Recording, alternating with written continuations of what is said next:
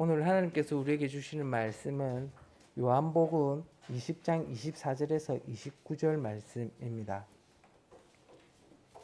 요한복음 20장 24절에서 29절 말씀입니다. 제가 봉독하겠습니다. 12제자 가운데 하나로서 상둥이라고 불리는 도마는 예수께서 오셨을 때에 그들과 함께 있지 않았다.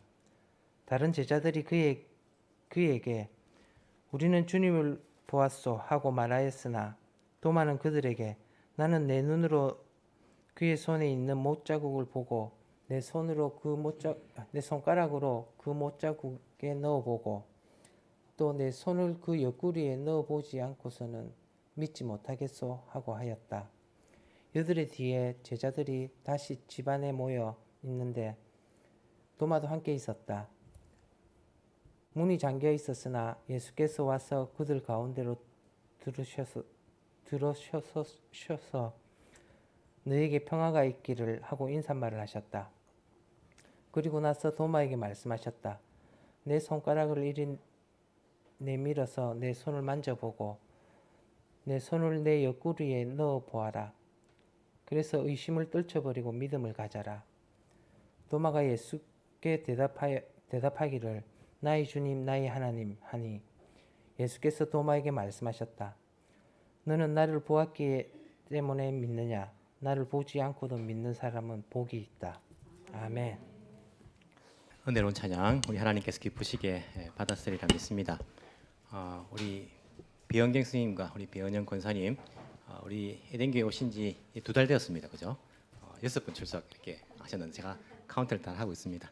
어떤 마음으로 앞에서 특성을 하셨을까를 이제 생각을 해봤어요. 사실 교회 우리 교회 온 지 한 2달 만에 이렇게 앞에서 특성하기가 쉬운 것은 아닙니다. 이거 전공하셨으니까 여러분 전공했기 때문에 더 어려워요. 사실 앞에서 특성하기가. 그래서 그 마음이 겸손하지 않으면 사실은요 할 수 없는 일들이고 또 사람 보면 못합니다. 하나님께서 받으신다는 걸 알기 때문에 또 이렇게 용기를 내시고 하나님께 찬양을 올리면서 또 영광을 올리고 성도들과 함께 은혜를 나누는 그 마음이 아닌가, 그 마음이 느껴지니까 또 감사하고 하나님께서 또 기쁘시게 받으시지 않으셨을까라는 생각을 합니다. 우리 앞으로도 우리 에덴 교회의 같은 믿음의 식구로서 또 앞으로도 더 큰 은혜를 나눌 수 있게 되기를 간절히 소망합니다. 우리 중창단도요 쉬운 거 아닙니다, 여러분. 앞에 서기가 그렇죠. 우리가 단원을 모집하면요 서로 이렇게 하기를 좀 주저하시는데 우리 하나님께서는요 그 중심을 보시고 또 받으시기 때문에 우리가 늘 하나님께 찬양하기를 기뻐하는 마음 다 같이 가졌으면 좋겠습니다.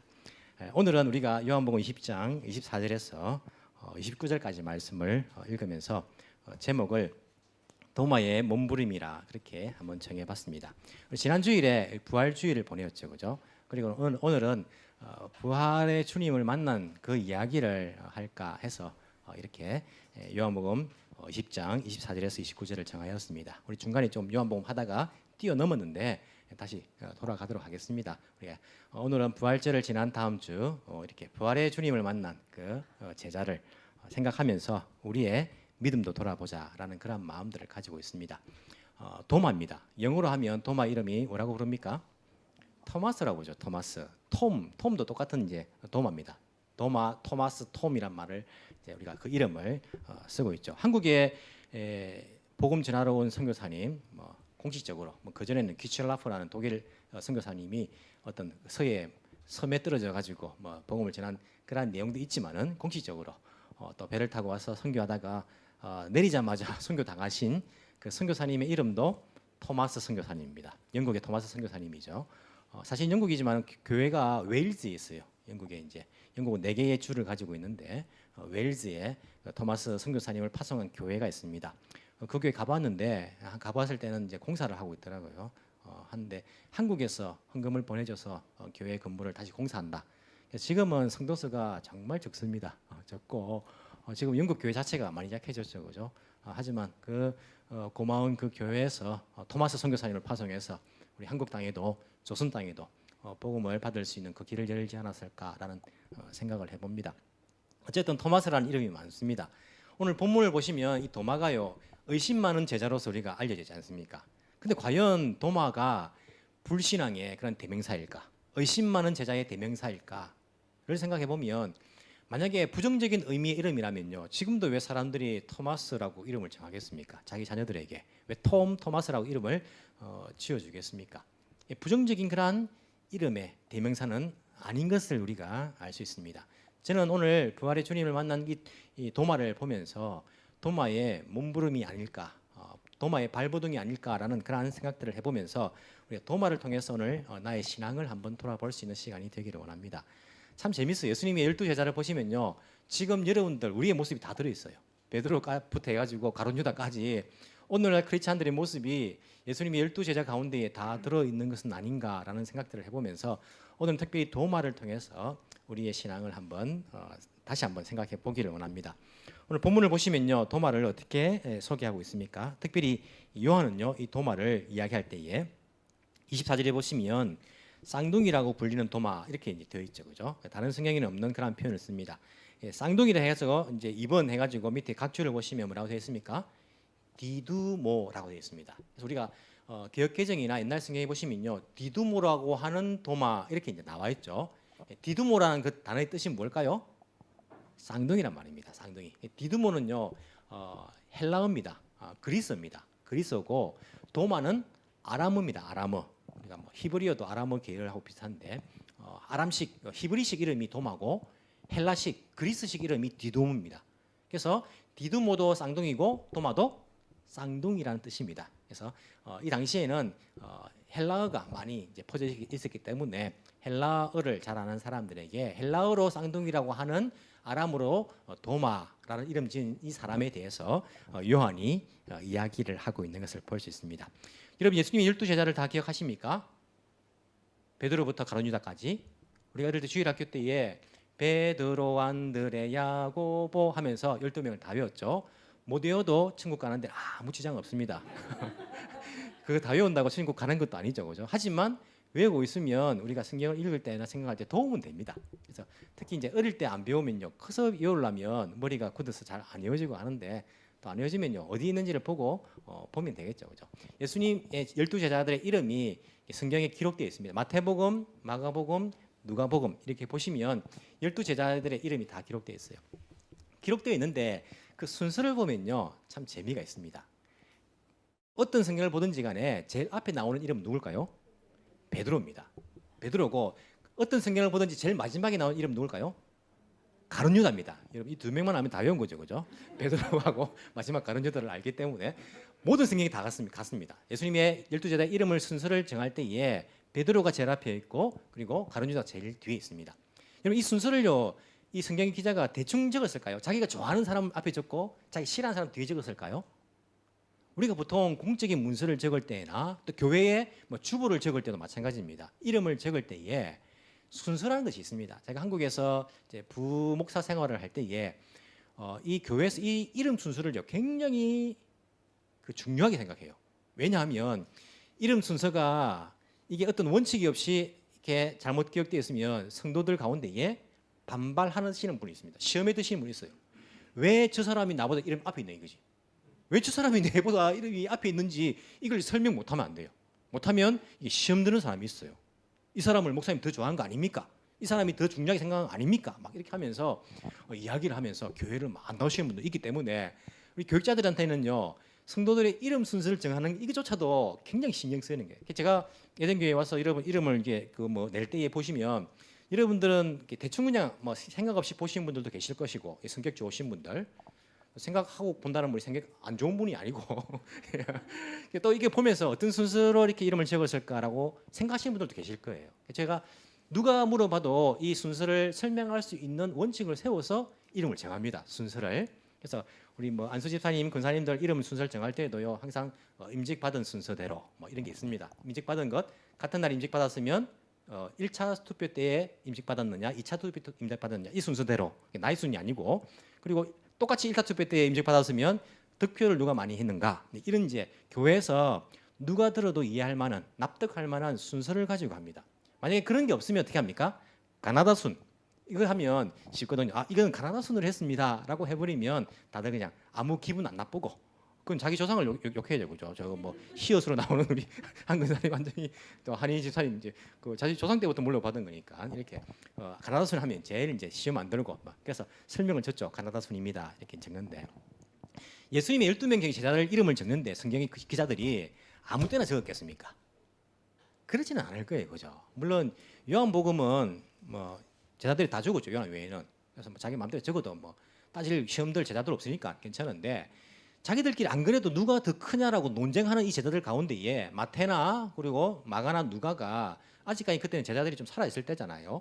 이 순서를 아무 때나 정했다 하면 이 제자들도 야, 너 왜 나의 이름을 뒤에 있느냐 이렇게 따지고 들 거예요, 그죠? 그럴 수 있기 때문에 어떤 원칙을 정하고 이 순서들을 정했을 것이다라고 우리가 생각할 수 있습니다. 물론 그 순서에 어떤 뜻이 있다라고 성경에서 말해주지는 않지만은 우리가 충분히 짐작할 수 있는 것이죠. 자, 그렇게 생각한다면 여러분 어떤 순서로 이 예수님의 제자의 그 이름 순서를 정했을까요? 어떤 순서로 정했을까요? 누구나 다 우리가 생각할 수 있는 것이 베드로 가룟 유다만 봐도 예수님께서 좀 이렇게 더 가까이 하시면서 다음 사역을 위해서 다음을 위해서 조금 더 준비시키시고 좀 많은 일들을 맡기시려고 하신 그 제자들 순서로 기록한 것은 아닐까? 라는 생각이 들어요. 그래서 베드로에게 내가 이렇게 너 그 고백 위에 교회를 세울 것이다.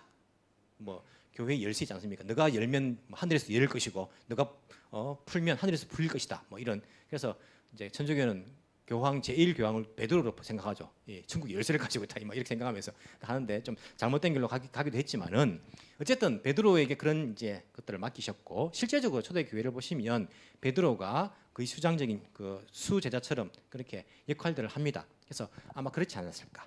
그 순서가 특별히 예수님께서 뭐 이렇게 베나산에 3명을 데리고 가실 때 3명을 뽑으실 때는 베드로, 야고보, 요한 특별히 또 3명을 또 이렇게 데리고 가지 않습니까? 그런 것을 생각하면서 정하지 않았을까? 그래서 마태복음, 마가복음, 누가복음을 보시면 베드로 그리고 야고보, 요한이 거의 첫 번째부터 네 번째 사이에 와요. 안드레가 네 번째로 갈 때가 있고 안드레가 베드로 옆에 형제니까 베드로 다음은 두 번째가 올 때가 있지만은 거의 이 앞에 네 명은요 정해져 있어요. 베드로, 안드레, 야고보, 요한. 네 명뿐만 아니라 6명을 나누어서 앞에 6명과 뒤에 6명이 바뀌지 않습니다. 앞에 6명은 무조건 앞에 6명이 다 들어있어요. 해볼까요? 베드로, 안드레, 야고보, 요한, 빌립, 바돌로메. 바돌로메는 나다나엘이라고 합니다. 바돌로메. 이 6명은요 어떤 성경을 봐도 다 앞에 6명이에요. 뒤에는 마태, 도마, 다데오, 시몬, 야고보, 가룟 유다 이렇게 6명 아닙니까? 이름은 같은 사람도 있는데 우리가 이름 같기 때문에 아버지 이름을 적기도 하고 출신 지역 가롯 뭐 이렇게 출신 지역을 이렇게 정하기도 하고 열심당원 시몬 그가 어떤 이제 그 뭐 이렇게 독립 운동을 한 사람이죠. 뭐 그런 이제 설명을 붙이는데 이름 같은 이름들은 어쨌든 이 앞에 6명과 뒤에 6명의 순서는 바뀌지 않습니다. 이런 앞에 6명을 보시면요 예수님과 특별한 그런 만남이 있었던 사람들이에요. 베드로, 안드레, 야고보, 요한, 빌립 그리고 나다나엘은 예수님과 어떻게 만났는가에 관한 이야기가 적혀 있어요. 그렇지 않습니까? 예수님께서 처음에 요단강에 세례를 받으시고 사역하실 때에 그때에 빌립과 안드레가 원래 세례 요한의 제자였는데 예수님께 와가지고 주여 어디 계십니까? 예수님 머무신 것을 물어보면서 그리고 안드레가 형한테 가서 내가 메시아를 만났다라고 말하면서 처음에 이 5명 베드로, 안드레, 야고보, 요한, 빌립까지 5명이 예수님의 초창기부터 따라다녔던 제자 그리고는 이 빌립과 함께 나다나엘 무화과 나무 안에서 기도하는 그 나다나엘을 예수님 만나주시고 제자로 불러주셔가지고 이렇게 6명이 거의 보면 중요한 제자 뒤에 6명 보면요 예수님과 만난 사람이 마태 정도밖에 없어요. 그죠? 우리가 뭐 이렇게 세리 역할을 하다가 그 자리에 앉아 있다가 예수님께서 나를 따라오느라 해가지고 따라온 마태 또 그 이야기밖에 없지 마태 다른 이야기는 없습니다. 다른 이야기 없지 않습니까? 없고 그리고 그 다음 사람들 보면요 어떻게 만난지도 안 나와요. 그냥 예수님 제자에 들어있어요. 하지만 중요한 12명의 제자들이죠. 뭐 수천 명, 수만 명 될 수 있는 예수님의 제자 가운데에 다른 사람 가운데 12명이 뽑혔으니까 이 6명도 만만치 않은 정말 중요한 제자들이지만은 12명 가운데서는 뒤에 6명이다. 항상 뒤에 6명이에요. 서로가 누가 크냐라고 논쟁을 막 벌이고 싸움을 벌일 때에 제 생각에는요. 제 생각입니다. 개인적인 생각입니다. 성경에 나오진 않아요. 두 패로 나눠지지 않았을까? 앞에 6명, 뒤에 6명. 뒤에 6명은 좀 피해감도 있는 거예요. 야, 이거 우리가 예수님 왕 되면 우리는 좀 더 못한 자리에 앉는 거 아닌가? 막 해가지고 뭐 더 막 나서고 야, 너가 왜 크냐? 그 예수님 그렇게 말씀하셨느냐? 막 그렇게 싸움하지 않았을까라는 생각이 들어요. 우리 12명이 다 하나하나 바라바라로 싸우는 것보다는요, 인간의 그런 모임이 보면 들어가 보면요, 이 피해가 나눠지잖아요. 그래서 그렇게 되지 않았을까? 그래서 뒤에 6명 가운데에 도마가 나옵니다.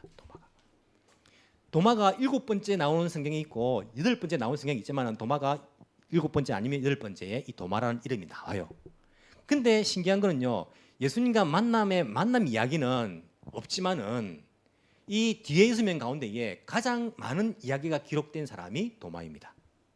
가룟 유다 제외하고, 가룟 유다는 배신자니까 일단 빼고, 도마가 제일 많은 이야기가 나와요.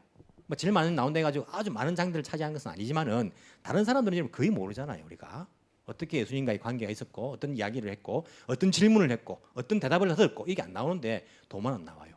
우리 계속 살펴봤던 요한복음 그러니까 보시면요, 예수님께서 이제 나사로가, 요한복음 11장이죠. 나사로가 죽었다는 이야기를 듣고, 원래는 이제 유대인들이 막 이렇게 예수님을 죽이려고 하니까 그때가 십자가에 달려 돌아가시기 3개월 전이라고 기억하시죠. 그래서 조금 저기 요단강 세례 받으신 그 근처로 좀 피신하셨어요.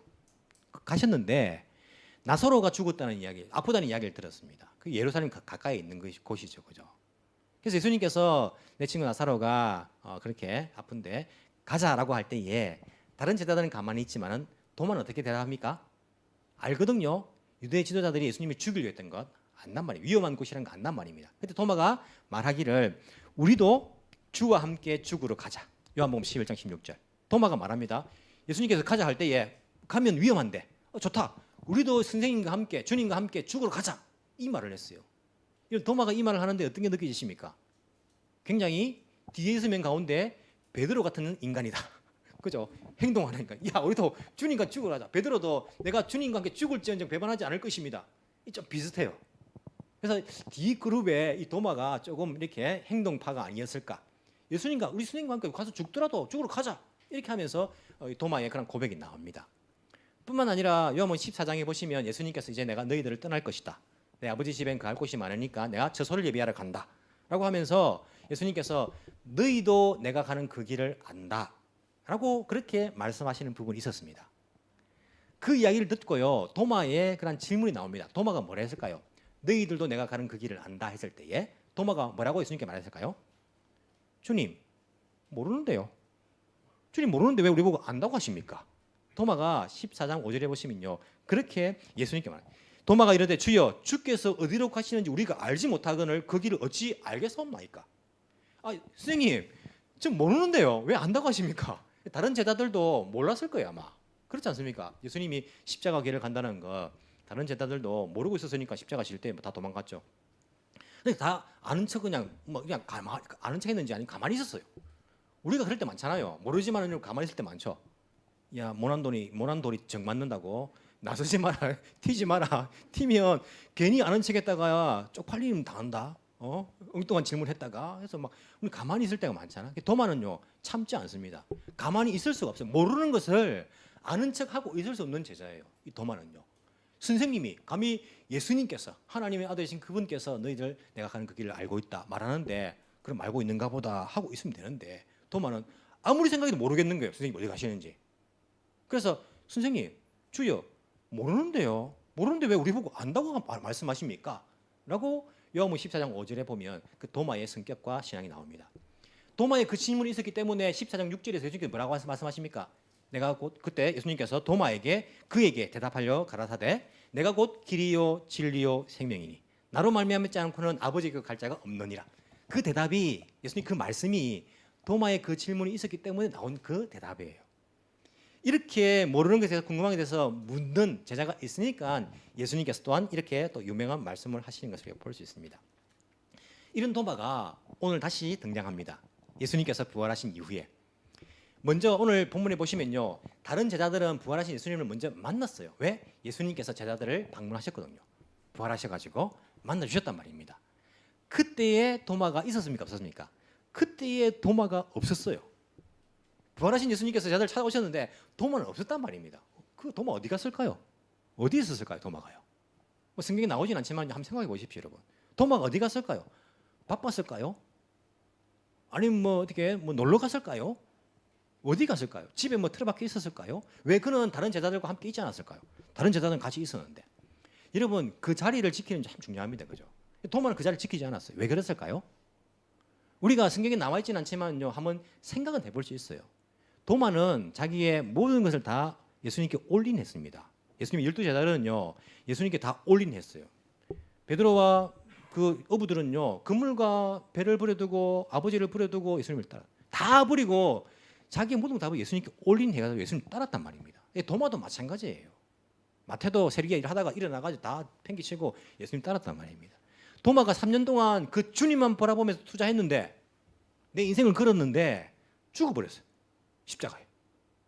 얼마나 이 도마가 충격을 받았겠어요. 야, 이거 내가 목숨 걸고 따르려 했는데, 목숨 걸고 따르려 했고 내 인생에 길이고 진리고 생명이란 그 대답을 내가 들었는데 이분이 죽어버린 거예요. 뭘 할 수 있겠습니까? 와, 허무함이 그냥. 내 신앙이 무엇인가? 믿음이 무엇인가? 저분은 도대체 누구란 말인가? 이런 갈등과 고민이 있었지 않았을까는 저는 개인적으로 생각을 해요. 그래서 다른 제자들도 그냥 만나기 싫은 거예요. 이런 만약에 여러분들이 한 20억을 주식에 투자했어요. 20억 정도는 있죠, 그죠? 없습니까? 20억? 우리는 이제 뭐 만져보지도 못한 돈인데 한 20억을 전다 하든 거의 뭐 많이 가지고 있는 건 다 투자해서 주식에 투자했는데 이게 3년 뒤에 그 회사가요 사라져 버렸어요. 그냥. 이러면 돈이 그냥 없어진 거예요, 그냥. 그럼 이러면 어떤 기분이 들까요? 아, 뭐 어쩔 수 없지. 털털 털고 일어날까요? 그런 사람 한 명도 없을 거예요, 아마. 속상해가지고 이게 법적으로 어떻게가 조금 찾을 수 없을까? 막, 야, 내가 여기에 온통 내가 퇴직금을 다 걸었는데 이게 이럴 수가 있나, 이럴 수가 있냐? 밥도 안 먹히고요, 사람도 만나기 싫고요, 그냥 막 신경질 나고. 도마의 심정이 그 심정이 아니었을까? 자기 인생을 투자했는데, 자기의 모든 것을 다 걸었는데 이분이 죽어버렸어요, 그냥. 누굴 만나고 싶겠습니까? 밥맛이 있겠습니까? 그래서 갈등하고 고민하지 않았을까? 이분이 도대체 누구란 말인가? 이분이 나를 왜 이렇게 힘들게 하는가? 그래서 제자들이 이야기합니다. 도마야, 우리가 예수님 부활하신 그분을 만났다. 이렇게 이야기해요. 그때 도마가 뭐라 말합니까? 그래, 이야, 할렐루야, 내가 20억 투자했는데 살아있단 말이지, 그 회사가. 이게 아니고 도마가 뭐라 합니까? 못 믿는 거예요. 못 믿는 거예요. 여러분, 다른 제자들이 다 만났다고 말하는데 왜 다른 사람들 말을 못 믿습니까? 도마가. 다른 제자들이 사기꾼들이라서 못 믿습니까? 저 인간들, 베드로 평소에 뭐 뻥이나 뻥뻥 치고 말이야. 저 인간 못 믿지. 다른 제자들 평소에 내가 싸우고 내가 저 인간들 못 믿지. 못 믿을 인간이야 못 믿었을까요? 도마가 왜 못 믿었을까요? 도마는요, 내가 내 손으로 그 못자국하고 창자국 그걸 내가 안 넣어보면 내가 못 믿는다 이렇게 말해요. 다른 제자들도 어떤 마음 들었을까요? 우리가 말해주는데 우리가 만났다 하는데 도마는 안 믿는 거예요. 그럼 있으면 또 저 인간 또 지랄한다 또. 평소에도 지랄하면 또 아직까지 또 저번은 못 고치고 우리가 봤다 하는데 아직까지 저 야당 같은 짓을 못 하고 못 버리고 있네. 막 이런 게 도마의 그 신앙을 보면요, 참 오늘날 우리의 모습이 안 보입니까? 그냥 받아들이지 않는 거예요.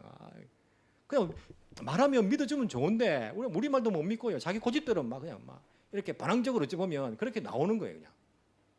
그리고는 예수님께서 다시 나타나십니다. 언제?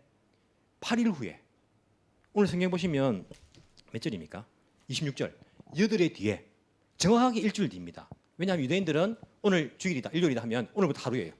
그래서 8일째 되는 날은 다음 주 일요일이에요. 딱 일주일 만이에요. 일주일 만에 예수님께서 다시 나타나시는 거예요. 부활의 주님이. 그때 그 자리에 도마가 있었습니까? 없습니까? 도마가 있었어요. 이것도 신기하지 않습니까? 그 자리에 왜 도마가 있었을까? 예수님께서 내가 일주일 뒤에 올 것이다 라고 말씀하신 것도 아니에요. 언제 올지 안 올지도 몰라요, 예수님께서. 그리고 언제 올지도 모릅니다. 온다 해도. 도마가 8일 뒤에 그 자리에 있었다는 것은 무슨 말입니까?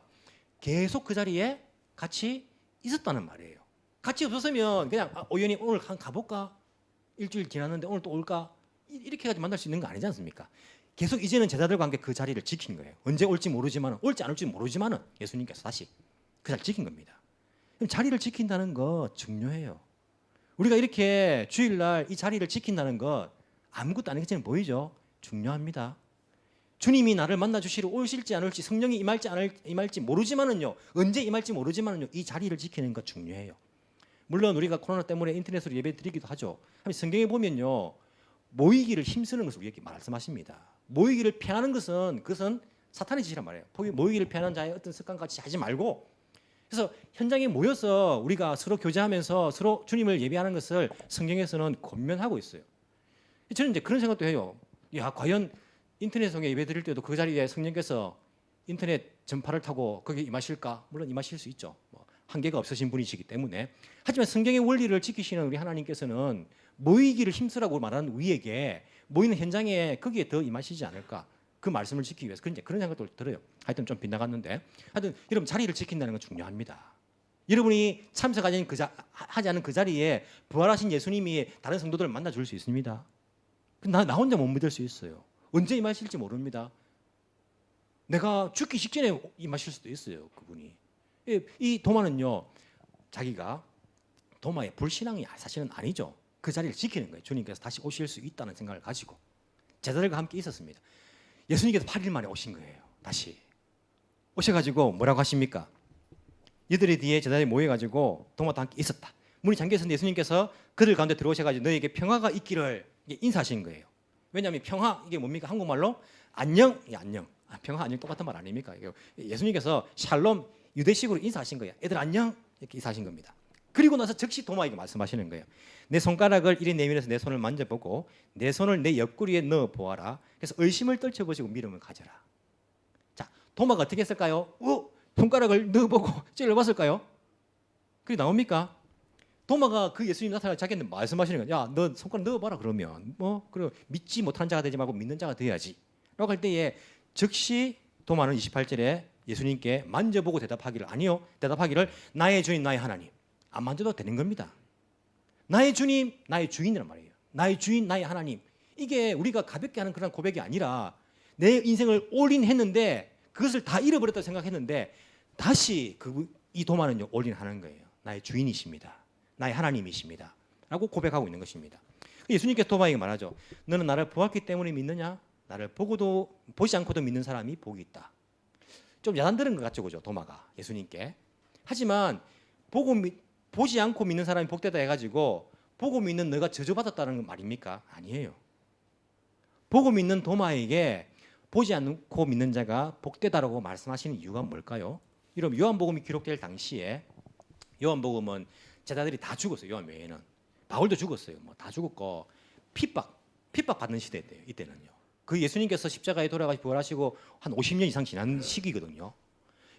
부활하신 예수님을 만난 사람 아무도 없어요. 이제는요. 요한 외에는 다 죽어버렸어요. 핍박 가운데에 예수님을 자기가 만난 적도 없지 사람들이 믿음을 하나씩 잃어가는 거예요.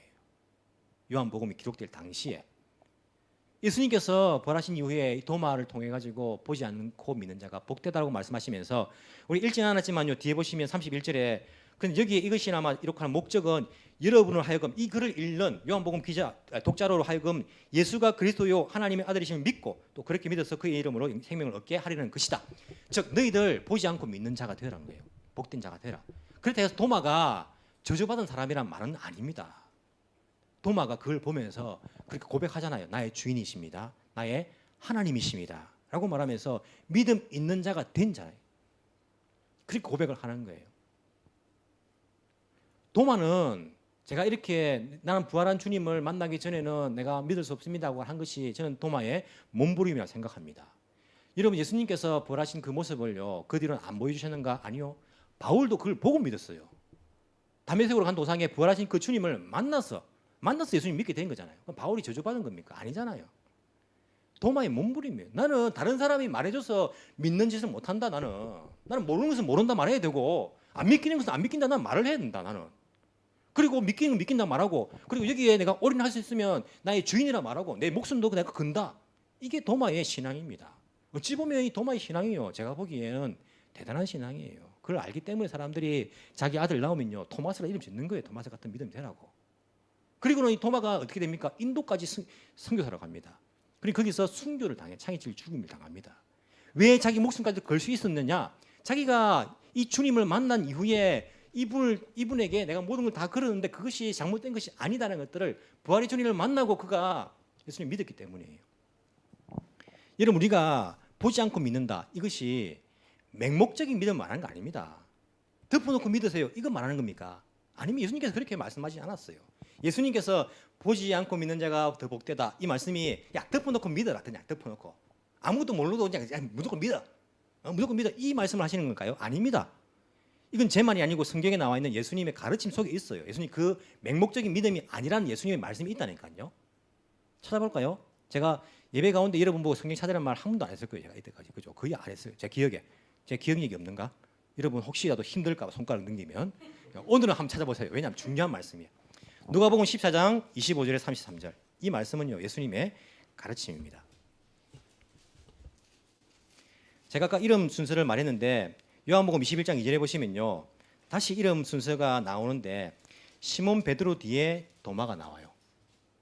요한복음 21장 2절에 보시면 갈릴리에 가는 사람 나다나엘이 그 다음에 나오고요. 세베대의 아들들이 나오고 또 다른 제자 둘이 나옵니다. 21장 2절에. 이때 도마가 베드로 다음에 나와요. 요한복음 21장 2절에 보시면요. 이 고백을 한 다음에 22장 바로 그 다음 장 아닙니까? 이 뭐 순서가 중요합니까? 이름을 기록하지 않는 제자 또 둘이나 있어요. 이 사람 이름조차 기록하지 않아요. 왜 도마가 베드로 다음에 나올까요? 부활하신 주님을 만나고 아마 베드로만큼이나 정말 목숨 걸고 나가는 그런 믿음이 되었을 거예요. 아마 그의 믿음이. 그가 따져보고 생각해보고 확인해보고 그 예수님이 자기의 모든 것을 다 걸 만큼 부활의 주님이 그런 분인 것을 고백한 것을 이름 순서에서 우리가 조금 힌트를 얻을 수 있습니다. 자, 누가복음 14장 25절 33절 찾으셨습니까? 제가 말이 좀 빠른데 여러분 따라오시죠. 그래도 제가 원래 발음이 잘 안 되는 사람이에요. 말을 좀 더듬는 사람입니다. 그래서 개인적으로 여러분 제가 강대상 밑에서 말할 때는요. 제 말을 알아듣는 사람보다 못 알아듣는 사람이 더 많아요. 제가 이렇게 말하면요. 목사님 무슨 말하는지 모를 때가 있죠. 우리 애들도 몰라요. 그래서 큰애가 통역을 하기도 해요. 아빠가 무슨 말하는지 한국말로 하는데 누가복음 이게 제가 천천히 말하면 또 시간 많이 걸리니까 14장 25절에서 33절. 자, 14장 25절 제가 천천히 읽어드리겠습니다. 자, 많은 무리가 예수와 동행하였다. 자, 많은 사람들이 예수님을 따릅니다. 예수께서 돌아서서 그들에게 말씀하셨죠. 자, 많은 사람들이 예수님 따라오는 거예요. 에덴 교회에 많은 사람들이 들어왔습니다. 야, 나도 이제 교회 다녀야지. 그때에 돌아서서 예수님께서 말씀하신 그 사람들에게 자, 누구든지 내게 오는 사람은 자기 아버지나 어머니나 아내나 자식이나 형제나 자매뿐만 아니라 심지어 자기 목숨까지도 미워하지 않으면 이게 막 미워 죽겠다 이게 아니라 예수님보다 덜 사랑해라는 거예요. 내 제자가 될 수 없다. 여기 들어온 사람들한테 여러분 목숨까지도 미워하지 않으면 그 이상으로 주님 사랑하지 않으면 예수님 제자가 될 수 없습니다. 누구든지 자기 십자가를 지고 나를 따라오지 않으면 내 제자가 될 수 없습니다. 이렇게 말씀하시고 따라오는 사람들한테 28절 너희 가운데 누가 망대를 세우려고 이제 탑이죠. 이제 뭐 이렇게 그 감시탑이죠. 망대를 세우려고 하면 그것을 완성할 만한 비용이 자기에게 있는지를 먼저 앉아서 세마여 보아야 하지 않겠느냐. 이게 탑을 세우는 이야기가 아닙니다. 무슨 이야기입니까? 예수님의 제자가 되는 이야기입니다. 그렇게 하지 않아서 기초만 놓은 채 완성하지 못하면 보는 사람들이 그를 비웃을 것이며 이 사람이 짓기를 시작만 하고 끝내지는 못하였구나 하고 말할 것이다. 또 어떤 임금이 다른 임금을 싸우러 나갈 때에 2만 명을 거느리고서 자기에게 쳐들어오는 그를 자기가 10,000명으로 당해낼 수 있을지를 먼저 앉아서 헤아려 보아야 하지 않겠느냐. 2만 명의 군인을 우리 1만 명을 이길 수 있을지 없을지 당해낼 수 없겠으면 그가 아직 멀리 있을 동안에 사신을 보내어서 화친을 청할 것이다. 이게 전쟁 이야기가 아닙니다. 무슨 이야기입니까? 예수님의 제자가 되는 이야기입니다. 그러므로 이와 같이 너희 가운데 누구라도 자기 소유를 다 버리지 않으면 내 제자가 될 수 없다. 제자가 되는 이야기를 하는 거예요. 맹목적으로 덮어놓고 따르는 것이 아니라 예수님 뭐라 하십니까? 계산을 해보라는 거예요. 계산을. 예수님의 제자가 되는데 계산을 해보라는 것입니다. 덮어놓고 따르는 것이 아니라 망대를 세울 때, 탑을 세울 때, 집을 세울 때에 앉아가지고 집 세우는데 우리가 1억 드는데 내가 지금 가진 이 100만 원 가지고 집을 지을 수 있을까 없을 것인가? 100만 원만 가지고 시작도 했는데 기초만 세워놓고는 못 짓는 거예요. 돈이 없어가지고 사람들이 비우는 거예요. 바보 같은 게 100만 원밖에 없으면서 1억짜리 집 짓는다고 지금 밑에 돌만 쌓아놓고 지금 뭐 하는 짓이냐? 다른 다 비우는 거예요. 저렇게 하면 안 된다. 저희들 절대 저렇게 하면 안 돼. 전쟁을 나가는데 내가 지금 5명 내 친구 있는데 저기 10명이 오는 거예요. 5명과 내가 10명 한번 싸워보자. 뭐 나 싸움 잘하는데 해가지고 싸우다가 뭐 2명이 1명 맡으면 되니까 뭐 터져버리는 거야. 이거 바보야. 5명과 10명 이길 수 있느냐? 이걸 앉아서 계산을 해봐야지. 이 말이 예수님의 제자가 되는 것을 이야기하는 거예요. 예수님의 제자가 되는데 덮어놓고 따르는 것이 아니라 계산을 해보라는 거예요. 그렇지 않고 어중간하게 그냥 따랐다가 중간에 포기해버리면 사람들이 비웃는 거. 에이, 예수 믿는다 해가지고 뭐가 지금 절에 다닌대. 지금은 예수 믿는다 해놓고 지금 뭐냐 지금 사람들이 비웃는다. 그런 믿음이 될 수 있기 때문에 예수님의 제자가 되는 것 어떻게 해보라고요? 덮어놓고 믿으라는 말이 아닙니다. 계산하고 따져보라는 거예요. 도마가 뭐 했습니까? 계산하고 따져봤어요.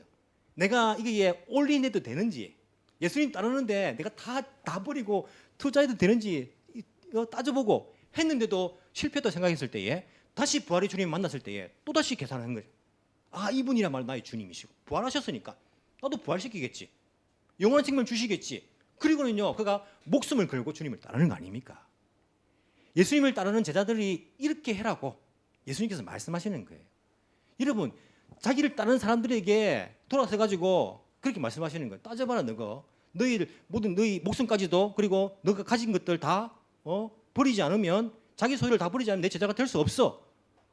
그러면 그 중에 따를 사람이 있고 안 따를 사람이 있겠죠, 그죠? 많은 사람이 안 따를 거예요. 어떤 청년이 부자 청년이 예수님께 와가지고 주님 내가 이렇게 했습니다. 주님 따르기 원합니다. 예수님 뭘 하십니까? 너 재산을 다 팔아가지고 가난한 사람 나눠주고 너 나 따라라. 제가 그 청년이 고민해서 가버렸어 그냥. 이런 것 같으면 안 가겠습니까? 자기 재산 다 팔아가지고 가난한 사람 나눠주고 자기 따라오라는데 예수님께서 왜 이런 목사들은요 이런 이야기 못합니다. 이런 목사들이 강대상에서 하는 이야기는요 하나님 말씀 가지고 특별한 누구 한 명 찍어가지고 이야기한 게 아니고 성도들 대상으로 말하니까 믿어도 괜찮아요. 하나님 말씀 말하니까. 목사들이 강대상 밑에서 말하는 거 믿지 마세요. 저도 못해요. 저도 여러분한테 이런 식으로 예수 믿으면 안 됩니다. 제자가 될 수 없습니다. 여러분 구원이 지금 간들간들 위험합니다. 그 예수 믿는 겁니까? 이런 말 들어본 적 있습니까 저한테? 지금 못합니다. 우리 사이타마 우리 자매기는 그 매전 교회 목사님은요 잘해요. 처음 오신 성도한테 뭐라는지 압니까? 11조 해야 됩니다. 11조 안 하면 안 됩니다. 그게 갚으래 그냥. 처음 왔는데 그 이야기 하니까. 우리 옆에서 보면서 아이고 목사님 처음 오면 믿음이 될 때까지 그 돈 이야기 좀 하지 말면 안 됩니까? 헌금 이야기 안 하는데 그 목사님 예수님 닮았어요. 따라오는데 그냥 말해버려요 그냥. 오든지 말든지. 예수님께서 따라오는데 제자가 되든지 말든지 말씀해버리는 거예요. 자기 목숨도 십자가 지고 자기 재산 다 버리고 나를 따르지 않으면 돈 이야기 한다 생각하면 안 됩니다. 돈과 하나님을 겸하여 섬길 수 없는 겁니다. 우리가 이 땅에서. 하지 않으면 내 제자가 될 수 없다. 예수님 말씀하시는 거예요. 목사는 못해요 여러분. 이제부터 앞으로 제가 강사 밑에서 말하는 거 안 믿겠다 그죠 여러분 그죠? 골치 아프네 그죠? 예. 그래서 우리가 이게 믿음 될 때까지 우리는 막 이렇게 좀 달달한 말도 해주고 또 따뜻한 말도 해주지만은요 제가 청년들한테는 막 독설적으로 해요 막. 왜냐면 그때는 배워야 될 때고 신앙. 하지만 여러분들한테는 아직도 제가 잘 못해요. 예수님께서 하신단 말입니다. 너희들 다 바치지 않으면 따를 수 없으니까 딱 계산하고 오너라 계산하고. 재 봐라. 나를 따르는 길 재 보고 오너라 계산하고 오너라 계산하고. 따를 수 있을지 없을지. 그 말씀은 따라오지 말라는 것입니까? 아니요. 따르지 않으면요 멸망이에요. 부활의 주님 우리에게 부활이 없습니다. 아니 부활하더라도 우리 뭐 멸망이 부활이죠 그는. 우리 영원한 생명이 없는 것입니다. 하지만 잘 따져봐야 돼요. 이런 뭐 20원은 없지만은요 한 1,000만 원 있죠 그죠? 고개를 끄덕 하신 분 있네 그죠? 1,000만 원 정도 큰 돈이죠. 우리가 만져보기 힘든 돈 있는가 보네 여러분들. 나하고 다르네. 한 1,000만 원을 여러분이 투자한다 생각해 보십시오. 어디에 투자한다? 여러분 1,000만 원 투자할 때에 아무 생각 없이 그냥 난 돈 많은 대충 돈 많은 사람이 그래 하겠지만은 돈 많은 사람이 더 그래 안 합니다. 더 따져보고 여기 투자하면 얼만큼 이익이 나올 것인지 안전한지 다 따져보고 또 두드려보고 또 고민하고 갈등하고 하다가 또 할까 말까 이게 또 고민하다가 뭐 안 하고 하지 않습니까? 돈 1,000만 원 투자하는데도 우리가요 별별 신경을 다 쓰고 따져보고 하는데 돈 1,000만 원이 아니라 인생의 전부 목숨까지도 투자해야 되는 이 일에 아무것도 안 따져보고 그냥 따르는 거예요.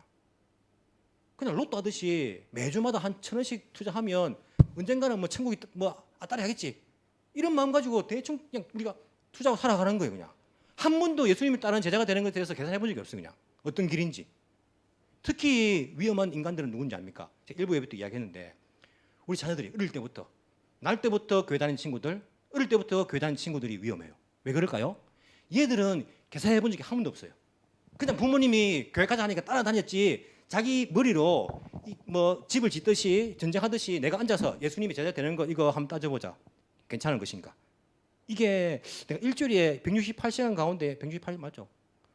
168시간 가운데 1시간만 투자해가지고 천국 갈 수 있는 길인가? 아, 그 정도면 뭐 내가 할 수 있다.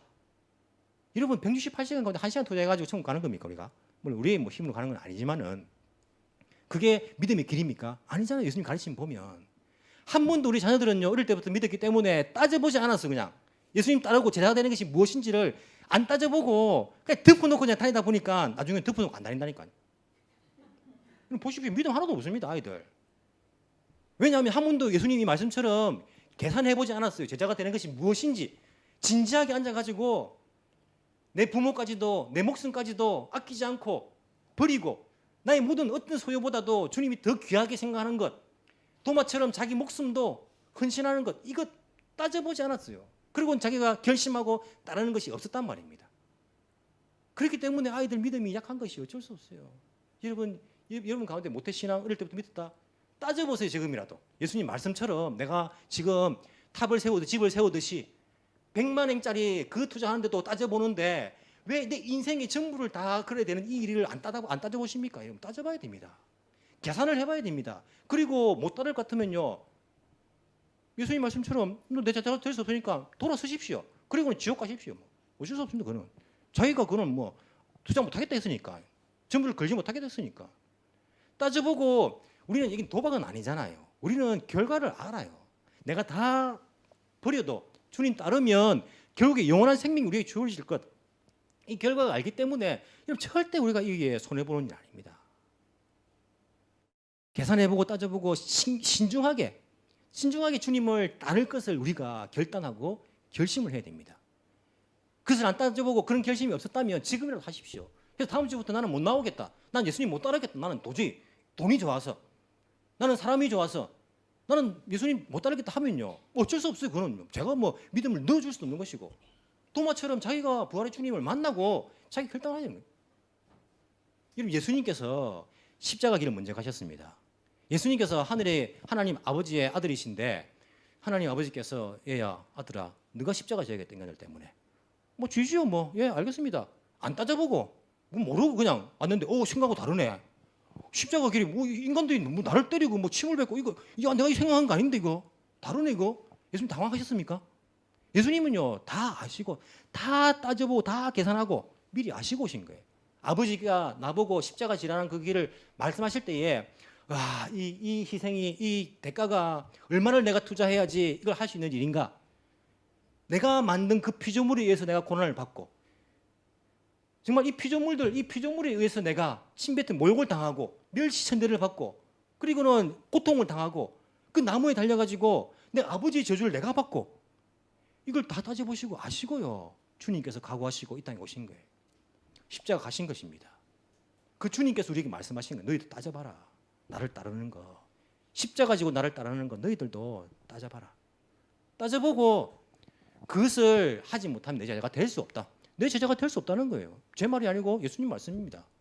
예수님 제자가 될 수 없어요. 그걸 따져보고 내가 결단을 하지 않으면 그냥 단순히 일주일에 1시간 내가 투자해가지고 천국 간다 이런 문제가 아닙니다. 우리 신앙이라는 것이 아이들 뭐 공부한다고 시험 친다고 뭐 또 뭐 교회 안 나와버리고 뭔 공부를 합니까? 도대체 무슨 공부를 합니까? 일부터 물어봤어. 너희들 무슨 공부하나? 좋은 취업해서 돈 많이 벌기 위해서 꼭 뭐 취업해가 뭐 취직해서 일을 하는데 무슨 일을 합니까? 여러분 일주일에 40시간 이상 일하고 40시간 이상 아이들 공부하는데 무슨 일을 하는 것입니까? 이 땅에서 먹고 살기 위해서 한대요. 야, 이 땅에서 살기 위해서 이 땅에 사는 삶을 위해서 일주일에 그 시간들 투자해가 생명을 투자해가지고 한대요. 무슨 일입니까? 주님 영원한 생명 하나님 나라를 이룰 위해서는요 공부도 하지 않아요.仕事도 하지 않아요. 아무것도 하지 않아요. 일주일에 1시간 그냥 1시간 예배드리고 그냥 막 하나님 나라 위해서 내가 살아간다. 도대체 우리가 무슨 공부를 하고 무슨 일을 이 땅에 하고 있는 것입니까? 우리가 주님을 따르는 것은요 우리의 전부를 거는 것입니다. 올인하는 것입니다. 주님 원하시면 내 목숨도 내어드리는 것입니다. 고통은 두렵지만 죽음은 두렵지 않다고 말씀드렸잖아요. 이게 바로 예수님께서 나를 따르는 사람은 그렇게 되어야 된다라고. 그렇지 않으면 내 제자가 될 수 없다라고 우리 주님께서 말씀하시는 것을 우리가 오늘 이 도마를 통하여서 우리의 신앙을 점검을 해봐야 됩니다. 내가 이 시대의 토마스, 내가 이 시대의 도마가 되어보는 것입니다. 몸부림쳐보는 것입니다. 주님, 저는 믿기지가 않습니다. 주님, 저를 만나주세요. 주님, 도저히 저는 버리는 것이 안 됩니다. 주님, 도와주세요. 우리가 이런 몸부림을 통해 가지고 부활의 주님을 우리도 만나고 이 신앙의 길이 무엇인지를 다른 사람의 강요에 의해서가 아니라 권면에 의해서가 아니라 내가 결단하고 결심하고 주님을 따를 수 있는 이 시대의 진정한 예수님의 제자들, 성경적인 예수님의 제자들이 다 되기를 좀 간절한 심정으로 바랍니다. 기도드리겠습니다.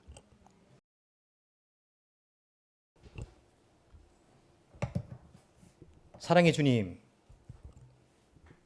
우리를 살리기 위해 올인하신 예수님을 찬양합니다. 십자가 길이 무엇인지 다 계산하신 후에 그것이 얼마나 큰 희생을 요구하시는지 아시면서도 과감히 우리를 위해 땅에 오시고 고난받으시고 죽으시며 다시 사신 주님의 그 은혜를 기억합니다.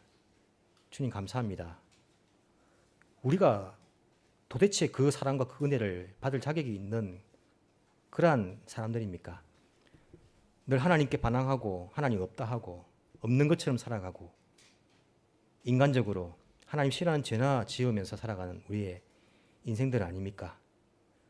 그런데 우리를 위해서 예수님 그 십자가 길을 결단하시고 가신 것 정말 감사를 드립니다. 주님의 십자가 길에 비해서 우리는 주님을 따르는 것 너무나 가볍게 생각했습니다. 그저 일주일에 1시간 앉아 있는 것 이것으로 충분하다 생각했습니다. 아니, 이것도 지키지 못할 때가 많았습니다. 하지만 주님의 말씀을 생각하면 믿음의 길은 우리 인생의 전부인 것을 깨닫게 됩니다.